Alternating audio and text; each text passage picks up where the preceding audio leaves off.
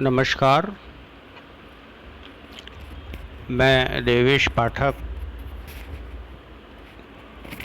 सहायक आचार्य, राजकीय विधि महाविद्यालय बूंदी, आपका महाविद्यालय के YouTube चैनल पर हार्दिक स्वागत और अभिनंदन करता हूं।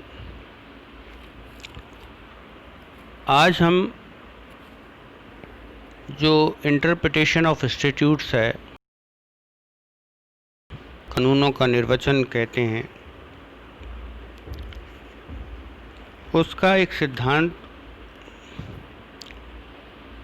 जिसको कि सजातीय अर्थान्वयन एजुस डे जेनेरिस के नाम से जाना जाता है, उसको हम समझेंगे कि सजातीय अर्थान्वयन या एडुजस्टेड जेनेरिस क्या होता है। एडुजस्टेड जेनेरिस का अर्थ उसी प्रकार का है। एडुजस्टेड जेनेरिस का अर्थ का मतलब, इसका जो मतलब है वो है उसी प्रकार का, सजातीय जिसको हम कहते हैं उसी प्रकार का। साधारण अर्थों में यदि हम कहें तो यह है दूसरे शब्दों की भांति उनके प्राकृतिक अर्थ में ही समझा जाना चाहिए, जब तक कि संदर्भ दूसरा अर्थ लेने के लिए बाध्य न करे। दो शब्द हैं तो उन शब्दों को उनके साधारण संदर्भ में ही उनका अर्थ लिया जाना चाहिए, जब तक कि उसका कोई दूसरा अर्थ लेने के लिए बाध्य न कर रहे, अर्थात जब तक कि ऐसा ना हो कि उसका कोई दूसरा अर्थ लिया जाए, तब तक वही अर्थ लिया जाना चाहिए जो कि प्राकृतिक अर्थ में है। वहाँ इसका संबंध ये है। परंतु जब एक साधारण शब्द का प्रयोग एक सुस्पष्ट कोटि के शब्दों के पृष्ठभाग में किया गया हो, तो साधारण शब्दों को भी उस सुस्पष्ट कोटि के सीमित अर्थ में ही निर्वचन किया जा सकता है। साधारण तौर पर हम क्या कह रहे हैं कि जो शब्द हैं उन शब्दों को उनके प्राकृतिक भावार्थ में ही समझना चाहिए, जब तक कि संदर्भ ऐसा न हो कि उसको दूसरा अर्थ देने के लिए हम बाध्य न हो जाएं। इसको हम इस तरह से समझेंगे कि जब साधारण शब्दों का प्रयोग एक सुस्पष्ट कोटि के बहुत एक समुच्चय है किसी शब्दों का, और उन समुच्चयों के साथ यदि कोई साधारण शब्द का प्रयोग किया गया है, उसके साथ साथ उसके पृष्ठभाग में किया गया है, पृष्ठभाग मतलब उसके साथ किया गया है, तो साधारण शब्दों को, साधारण जो शब्द है जिसका कि साधारण अर्थ निकलता है, उसको भी उस कोटि जो कि सुस्पष्ट कोटि है उसके ही सीमित अर्थ में हमको निर्वाचित करना चाहिए। साधारण शब्द पूर्ववर्ती विशिष्ट अभिव्यक्तियों से अपना अर्थ लेता है, अर्थात जो विशिष्टियां हैं उनसे वो अपना संबंध ले लेगा, अपना अर्थ वो ले लेगा। वैसे तो वो साधारण है, लेकिन उसको विशिष्ट श्रेणी में विशिष्ट शब्दों के साथ प्रयोग किया गया है, उस कारण से उसका भी अर्थ वैसा ही निकलना चाहिए जो कि इन विशिष्ट शब्दों का निकलता है। क्योंकि जो विधि बनाने वाली जो विधायिका है, उसने एक सुस्पष्ट कोटि के विशिष्ट शब्दों द्वारा ऐसा करने के लिए अपना आशय स्पष्ट कर दिया है। जो विधायिका है उसने अपना आशय उन सुस्पष्ट कोटियों के जो शब्द हैं उनको एक जगह रख कर के अपना आशय स्पष्ट कर दिया है कि इसके पृष्ठभाग में जो शब्द भी इस्तेमाल किए गए हैं उनका भी निर्वचन किस प्रकार होना चाहिए। उनका भी निर्वचन इस शब्दों के समुच्चय के अनुसार ही उनका भी निर्वचन होना चाहिए।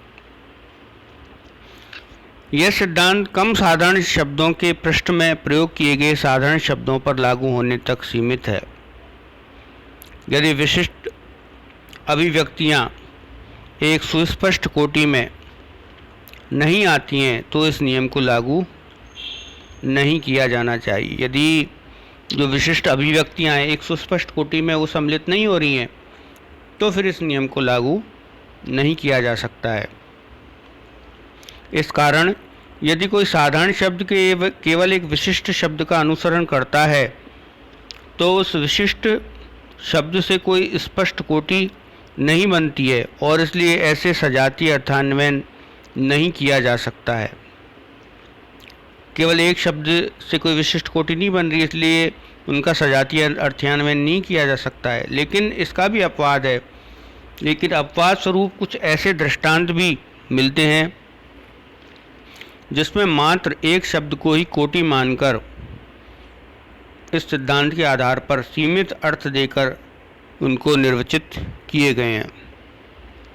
साधारणतः तो हम शब्दों की जो समुच्चय उनकी एक अलग कोटि बन रही है, एक विशिष्ट प्रकार के शब्द हैं, तब जाकर के ही उसके पृष्ठभाग में जो साधारण शब्द हैं उनको उस विशिष्ट कोटि के शब्दों के अनुसार निर्वचित करेंगे। लेकिन कई बार ऐसा होता है कि एक शब्द भी उसका अर्थ इस प्रकार का है कि वो भी अपनी एक विशिष्ट पहचान बना रहा है, अपनी एक विशिष्ट कोटि रखता है। तो ऐसी स्थिति में अपवाद स्वरूप उस विशिष्ट एक शब्द की को ही विशिष्ट कोटि मानते हुए उसके पृष्ठभाग में जो प्रयोग में लाए गए जो शब्द हैं उनको भी उस शब्द के अनुसार ही निर्वचित किया जाना चाहिए। यदि प्रयोग किए गए विशिष्ट शब्दों से एक संपूर्ण कोटि समाप्त हो जाती है तो इसका अर्थ यही है कि विधायिका का आशय किसी और विस्तृत अथवा बड़ी कोटि से था जिसको खोजने का प्रयत्न न्यायालय करेगा। सजातीय अर्थान्वयन का सिद्धांत सार्वत्रिक लागू करने का सिद्धांत नहीं है, अर्थात ये यूनिवर्सल सिद्धांत नहीं है। यदि किसी विधान का संदर्भ इस सिद्धांत को लागू करने के विरुद्ध हो तो इसे लागू नहीं किया जा सकता है। यदि विधान स्पष्ट रूप से ये कह रहा है कि इसके विपरीत है तो इसको लागू नहीं किया जा सकता है। सजातीय अर्थान्वयन के सिद्धांत का आधार यह है कि यदि विधायिका का आशय साधारण शब्दों को सीमित अर्थ में प्रयोग करना होता तो विधायिका को विशिष्ट शब्दों के प्रयोग करने की कोई आवश्यकता नहीं थी। इस प्रकार हम ये कह सकते हैं कि सजातीय अर्थान्वयन एजुस डे जेनरिस का जो निर्वचन का जो सिद्धांत है वो कहता है कि विशिष्ट कोटि के शब्दों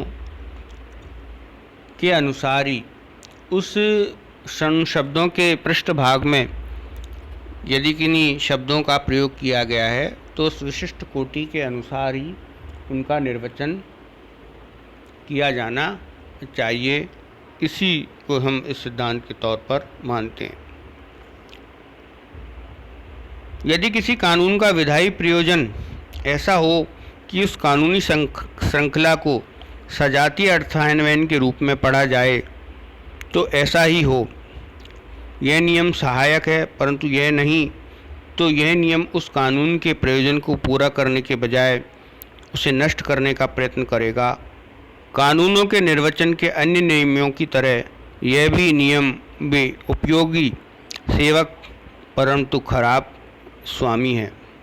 इस प्रकार से हम देखते हैं कि जो सजातीय अर्थान्वयन है एजुस डे जेनरिस का जो सिद्धांत है वह अन्य नियमों की तरह ही उपयोगी सेवक परंतु खराब स्वामी है। उसको सेवक के तौर पर तो इस्तेमाल कर सकते हैं लेकिन इसको स्वामी के तौर पर इस्तेमाल नहीं किया जा सकता है। इसमें आपको केस लॉ मिलेंगे। उन केस लॉ के आधार पर इसको हम आगे बढ़ा सकते हैं। देखते हैं, साधारणतः ये छोटी टिप्पणी में आता है। इस छोटी टिप्पणियाँ इसके ऊपर आप तैयार करें और फिर इसको समझने की कोशिश करें। धन्यवाद।